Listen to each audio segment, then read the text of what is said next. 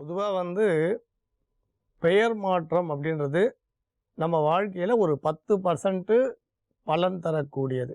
அந்த மீதி 90% நம்மளோட சொந்த முயற்சியும் கடின உழைப்பும் தான். அதில் ஒன்றும் சந்தேகமே வேண்டாம். சாதாரணமாக கிருஷ்ணன் அப்படின்னு வச்சுருக்கீங்க.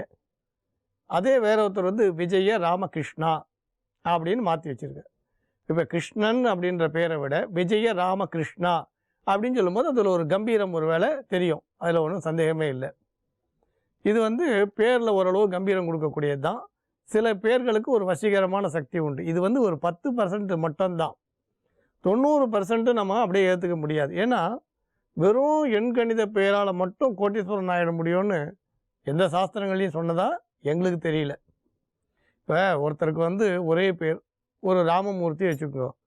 அவர் என்ன பண்ணார்னா, உண்மையில் நடந்த நிகழ்ச்சி, வேலை கேட்டு ஒரு பெரிய நிறுவனத்துக்கு போகிறார். அந்த கம்பெனியோட முதலாளியும் அவரும் ஒரே இனத்தை சேர்ந்தவர். அவர் லெட்டர் கொடுக்குறார். நீங்கள் இந்த கம்பெனிக்கு போங்க, உங்களுக்கு ஒரு மேனேஜர் போஸ்ட்டோ நல்ல போஸ்ட்டு கொடுப்பான்னு. ஆனால் அதே பேர் கொண்டு அதே இனத்தை சேர்ந்த இன்னொருத்தரும் லெட்டர்லாம் கிடையாது, தன்னோட உழைப்பை நம்பி ஒரு சின்ன பையில் தன்னோட சர்டிஃபிகேட்டோட போகிறார். அதே நிறுவனத்தில் அதே நேரத்தில் போகிறார். இவர் தனக்கு லெட்டர் இருக்குன்றதுனால நிதானமாக போகலான்னு வீட்டில் இருக்கார். அவர் முதல்ல போய் அங்கே எதாச்சியாக கேட்குறார், இந்த மாதிரி நான் வேலை கேட்டு வந்திருக்கேன்னு. அந்த ஃபோனில் கேட்ட பேரும் இவர் பேரும் ஒரே இனம்ன்றதுனால சட்டுன்னு எதையுமே யோசிக்காமல் அவருக்கு வேலை கொடுத்துட்றார். இவர் அதுக்கு மாலை வரார், மறுபடியும் இவரும் வரார். பார்த்தா இவருக்கு லெட்டர் இருக்குது. மேலே ஃபோன் பண்ணி கேட்கும்போது பரவாயில்ல, இவருக்கும் வேறு ஒரு பதவி கொடுன்னா கொடுத்துட்டா.